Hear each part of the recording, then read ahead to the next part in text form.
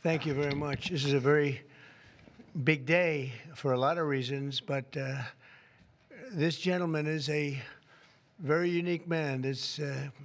I think I could say in the world of chips, certainly, but in the world pretty much of business, nobody's done what he's done.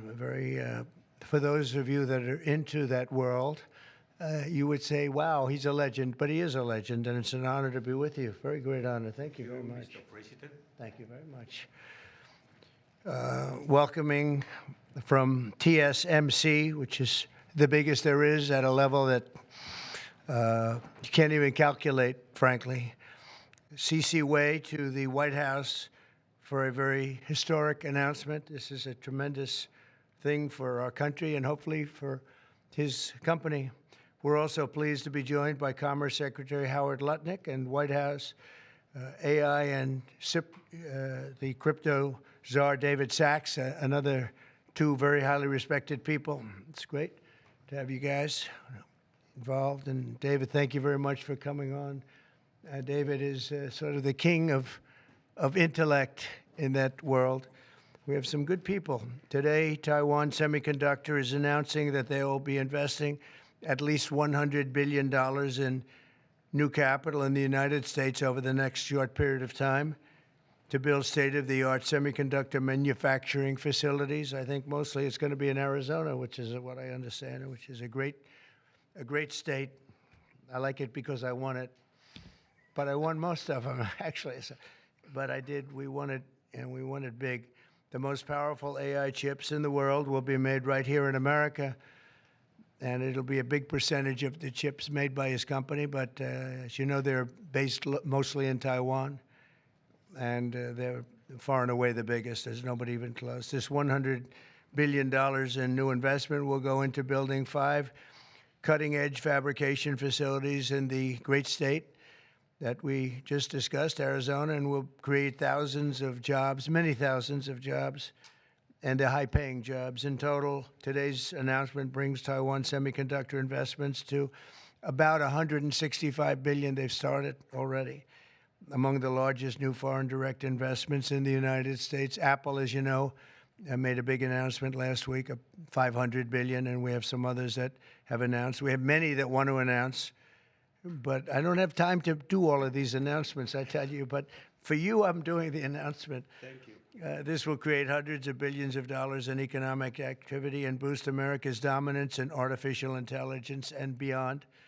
Semiconductors are the backbone of the 21st century economy, and really, without the semiconductors, there is no economy, powering everything from AI to automobiles to advanced manufacturing. And we must be able to build the chips and semiconductors that we need right here in American factories with American skill and American labor. And that's exactly what we're doing. As you know, Taiwan pretty much has a monopoly on that market.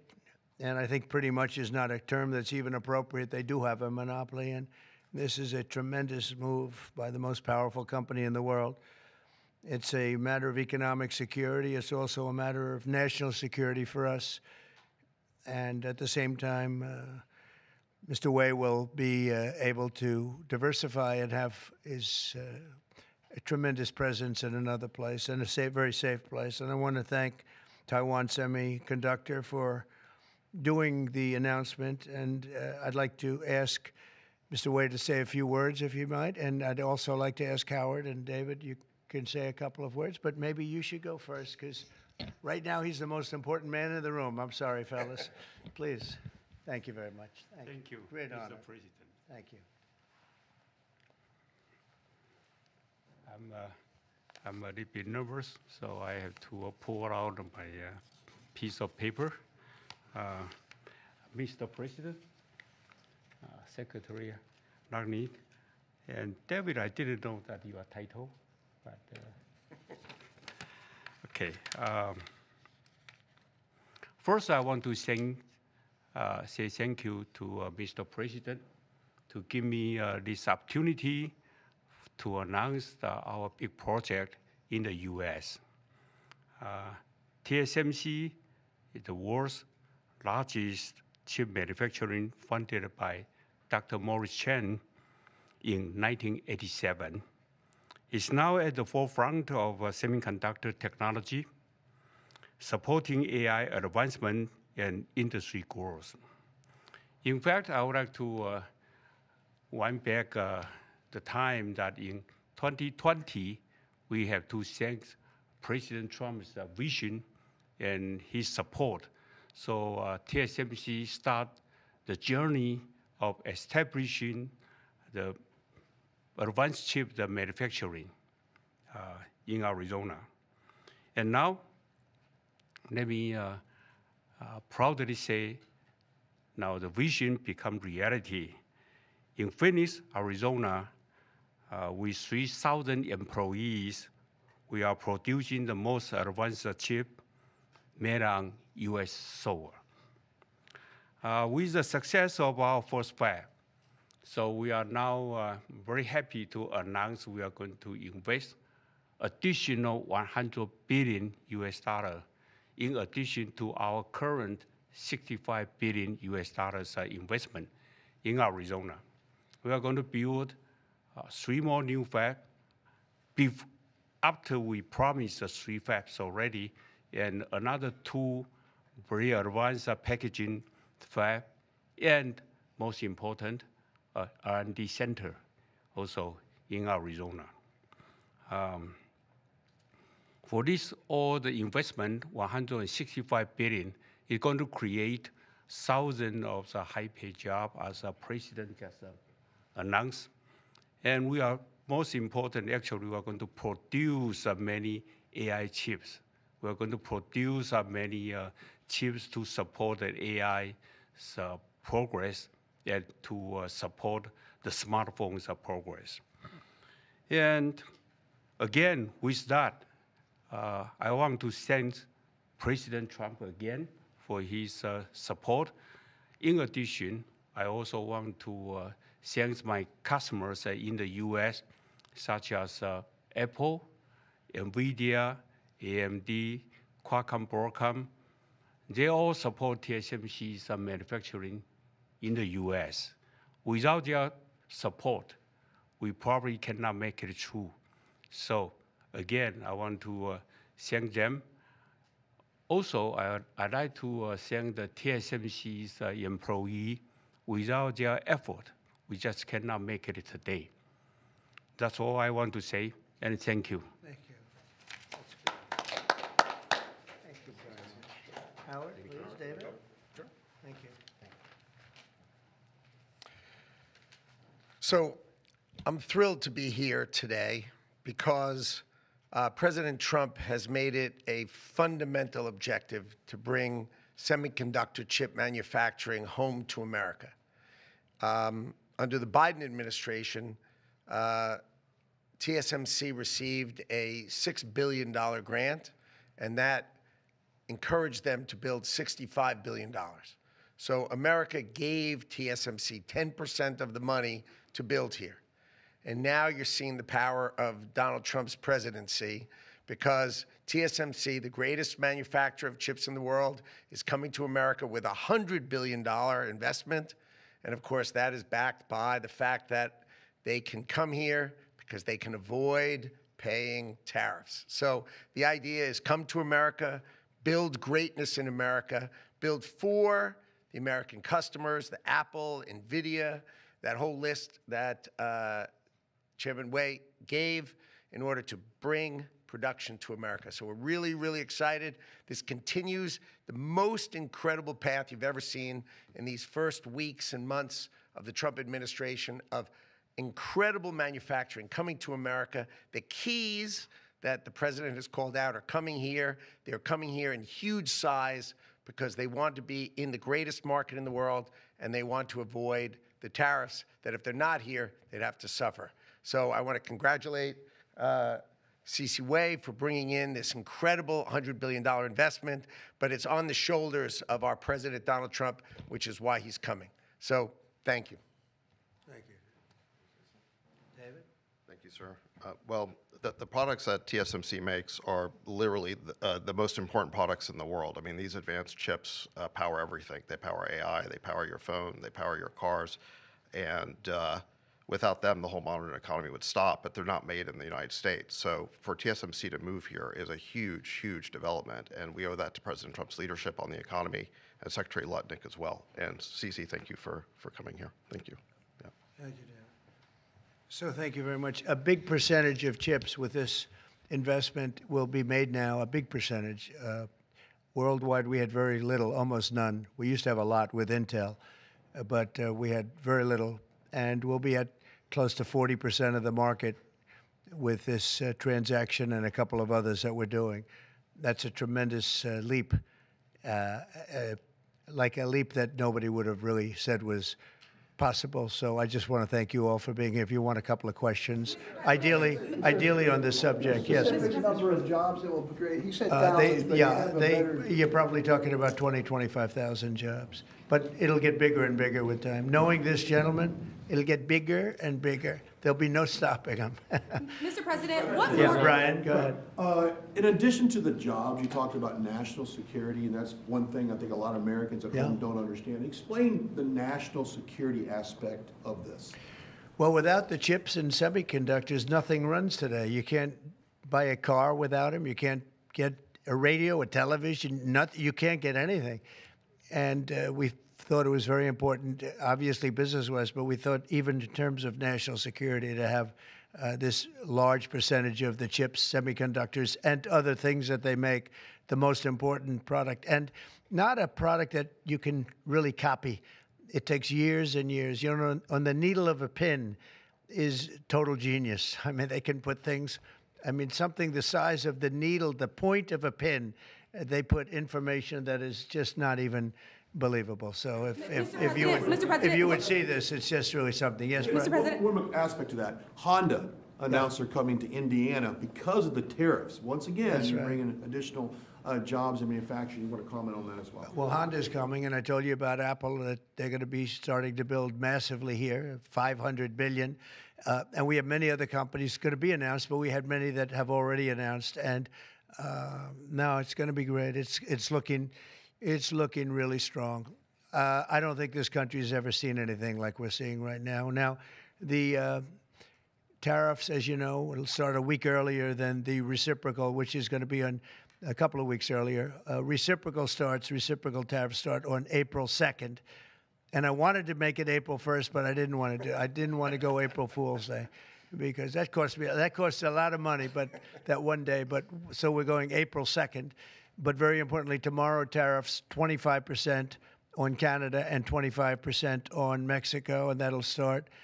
So they're going to have a tariff. So what they have to do is build their car plants, frankly, and other things in the United States, in which case they have no tariffs. In other words, you build, and this is exactly what Mr. Wei is doing, by building here. Otherwise, they'll build, if they did them in Taiwan to send them here, they'll have 25% or 30% or 50% or whatever the number may be someday. It'll go only up. But by doing it here, he has no tariff, so he's way ahead of the game. And I would just say this to people in Canada or Mexico, if they're going to build car plants, the people that are doing them are much better off building here because we have the market. We're the market where they sell the most. And so I think it's going to be very exciting for the automobile companies. Very exciting for, I can think of any, as an example, North Carolina, they had the great, I used to go there to buy furniture for hotels, and it's been wiped out. That business all went to other countries. And now it's all going to come back into North Carolina, the furniture manufacturing business, please. Mr. President, is the Ukraine minerals deal now dead, or can it be revived? What's your... Well, I'll let you know. We're making a speech. You probably heard about it tomorrow night, so I'll let you know tomorrow night. But no, I don't think so. I think it's a great deal for us because, you know, Biden very, very foolishly, stupidly, frankly, gave $300 billion and $350 billion more accurately to a country to fight and to try and do things. And you know what happened? We get nothing. We get nothing. Just gave it. We could have rebuilt our entire U.S. Navy with $350 billion. Think of it, $350 billion. We could have rebuilt our U.S. Navy. So he gave it away as fast as the money could be gone. And what we're doing is getting that all back and a lot more than that. And we need It's very important for this business that we're talking about here with chips and semiconductors and everything else. We need rare earths. And the deal we have is we have the finest rare earths. Mr. President, thank you, Mr. President. What do you need to see from President Zelensky to restart these negotiations?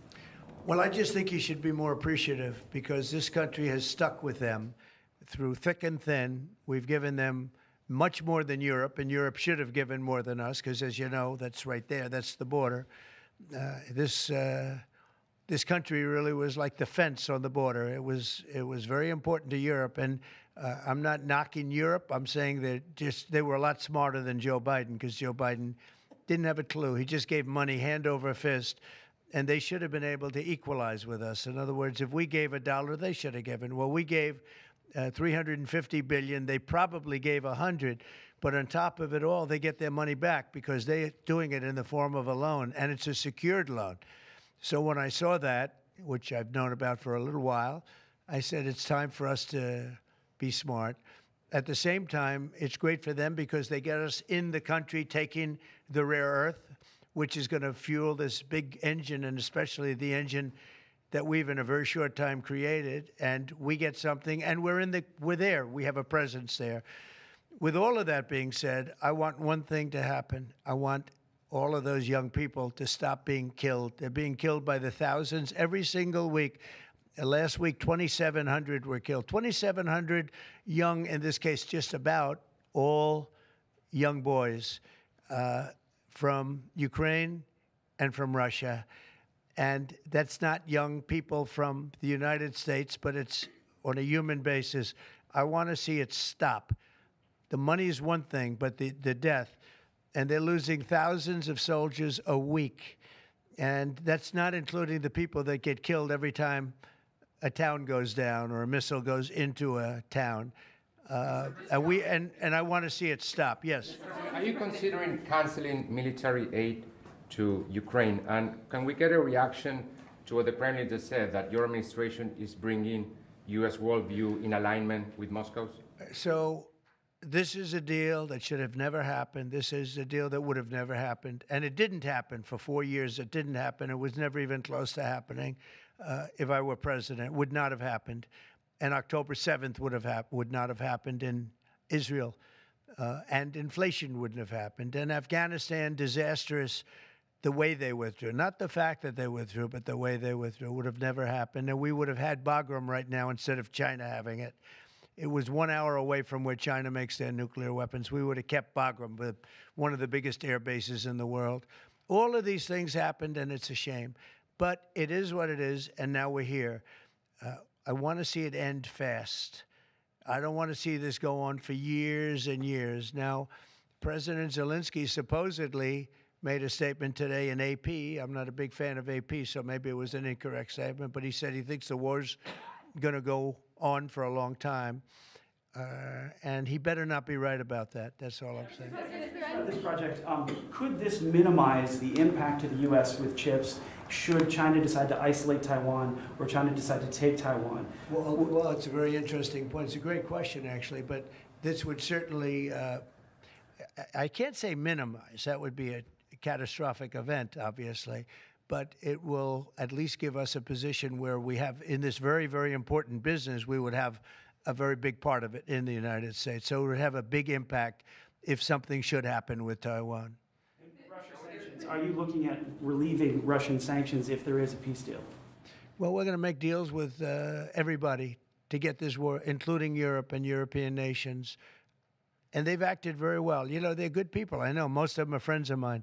The heads of state, the heads of the various countries, prime ministers from the different. I got four prime ministers and 5 presidents called me over the last 2 days, and they want to work it out. They want to get it worked out. And I think they're also, you know, they're talking money, but the money is less important than the deaths. We're talking thousands of young people a week. And people would say, why do I care about Ukraine young people? Why do I care about, and not all young, but they're pretty young. You know, Ukraine is running a little bit low, and they're getting older. They're recruiting older people. It's a very, very sad thing that's happening over there, and we want to get it finished. We want to stop the death. Can you talk about tariffs, is there any room left for Canada and Mexico to make a deal before midnight? And should we expect those Chinese tariffs, the extra 10%, to take effect No room tomorrow? left for Mexico or for Canada. No, the tariffs, they're all set. They go into effect tomorrow. Mr. President, just to follow up on my colleague's question. And here just so you understand, vast amounts of fentanyl have poured into our country from Mexico, and as you know, also from China, where it goes to Mexico and goes to Canada. And China also had an additional 10, so it's 10 plus 10. And it comes in from Canada and it comes in from Mexico, and that's a very important thing to say. Yeah, please, go ahead. Have you decided if you're going to suspend military aid to Ukraine? Have you made that decision? Well, I haven't even talked about that right now. I mean, right now, we'll see what happens. A lot of things are happening right now as we speak. I mean, literally as we speak. I could give you an answer and go back to my office, the beautiful Oval Office. I could go back into the Oval Office and find out that the answer is obsolete. It's like his business. It's obsolete. You come up with a new chip and it's obsolete about 2 minutes later, right? But that's what's good about his business. That's why he's the only one that's successful in it. But just to follow up my colleague's question, from Russia saying that your foreign policy is largely in line with their vision, should that be concerning to Americans? said what? Should that be concerning to Americans? Read the statement. That Russia says that your administration's foreign policy is, quote, largely in line with their vision. Well, I'll tell you what, I think it takes two to tango, and you're going to have to make a deal with Russia, and you're going to have to make a deal with Ukraine. You're going to have the assent, and you're going to have the consent from the European nations, because I think that's important, and from us. I think everybody has to get into a room, so to speak, and we have to make a deal. And the deal can be made very fast. It should not be that hard a deal to make. It can be made very fast. Now, maybe somebody doesn't want to make a deal. And if somebody doesn't want to make a deal, I think that person won't be around very long. That person will not be listened to very long, because I believe that Russia wants to make a deal. I believe certainly the people of Ukraine want to make a deal. They've suffered more than anybody else. We talk about suffering. They've suffered. But if you think about it, under President Bush, they got Georgia, right? Russia got Georgia. Under President Obama, they got a nice big submarine base, a nice big chunk of land where they have their submarines. You know that, right? Crimea. Under President Trump, they got nothing. And under President Biden, they tried to get the whole thing. They tried to get the whole big Ukraine, the whole thing. If I didn't get in here, they would have gotten the whole thing. So I can only say, you can go back to Bush, you can go back to Obama, and go back to Biden. They took a lot. The only one they didn't get, you know what I gave them? I gave them anti-tank missiles. That's what I gave them. I gave them sanctions on Russia. I gave them javelins. You know the javelins? You know when they took out all those tanks? You know the tanks were heading to Kiev by the hundreds, and they were unstoppable. And I gave them javelins. So, you know, I really, Putin is the one that will tell you this has not been so good for them. The fact is that I just want fairness. I want fairness. But think of it. I gave Russia nothing except grief. I gave them nothing. I gave them sanctions and javelins. That's what I gave them. Obama gave them sheets, and you heard that statement before. It's a very famous. Trump gave them javelins, and Obama gave them sheets, and then they say how close I am to Russia. And let me tell you, we have to make a deal because there are a lot of people being killed that shouldn't be killed. But remember, Trump gave them nothing, and the other presidents gave them a lot. They gave them everything. You met with Argentine President Javier Milei at CPAC. He wants to sign a free trade agreement with the United States. Is that something that you would consider even with Argentina or any other country? I'll consider anything. And Argentina, I think he's great, by the way. I think he's a great leader. He's doing a great job. He's doing a fantastic job. Brought it back from oblivion. Yeah, we'll look at things. We're looking at the UK with things. It doesn't have to be tariffs, but tariffs are easy. They're fast. They're efficient. And they bring fairness. For instance, when people kill their dollar, their equivalent of the dollar, whether it's the yuan or the yen in Japan or the yuan in China, when they drop them down, that puts us at a very unfair disadvantage. So all I have to do is say, Howard, we're going to have to raise the tariffs a little bit, because I've called President Xi, I've called the leaders of Japan to say you can't continue to reduce and break down your currency. You can't do it because it's unfair to us. It's very hard for us to make tractors, Caterpillar, here when Japan, China, and other places are killing their currency, meaning driving it down. So all of these things add up. And the way you solve it very easily is with tariffs, because when they do that, instead of having to make phone calls every day like I used to do with certain leaders, President Xi a little bit, a lot of phone calls, talking about the fact that they're lowering their yuan, they're lowering it down, and that makes it very, very hard for us. So this way I just say, look, let them do that, and we make up for it with the tariffs. But Will you be speaking with Mexican President Claudia Sheinbaum about yeah, tariffs? sure, I will. I have a lot of respect for her. I have a lot of respect for her. Are you Mr. President, takes effect. It'll be 20% on China now. How high are you willing to go against China? Well, I can't say. It depends on what they do with their currency. It depends on what they do in terms of a retaliation with some kind of an economic retaliation, which I don't think they're going to retaliate too much. Hey, look, the United States has been taken advantage of for 40 years. The United States has been a laughingstock for years and years. That's why this gentleman is built in Taiwan instead of building here. It would have been better if he built here. If we had a president that knew what they were doing, and we had a lot of them very bad on trade. Look, I'm a huge fan of Ronald Reagan, but he was bad on trade, very bad on trade. He allowed a lot of people, a lot of businesses to be taken. So I say that with due respect, because he was so great on other things, but he was bad on trade. We are setting records right now, records like nobody has ever seen before. When you have companies like this coming in, and almost 40% of their company in one signature is going to be devoted to what he does, which is one of the most important businesses in the world. That's an unbelievable thing.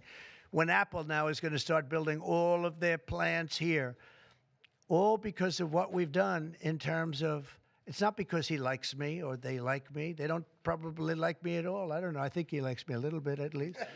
But you know what? It's the incentive we created, or the negative incentive. I mean, it's going to be very costly for people to take advantage of this country. They can't come in and steal our money and steal our jobs and take our factories and take our businesses and expect not to be punished. And they're being punished by tariffs. It's a very powerful weapon that politicians haven't used because they were either dishonest, stupid, or paid off in some other form. And now we're using them. Say it. Have you spoken with President Xi about this term? I don't want to tell you that. Thank you very much, everybody. Thank you. Thank you very much. Andrew Cuomo running for New York City mayor. Will people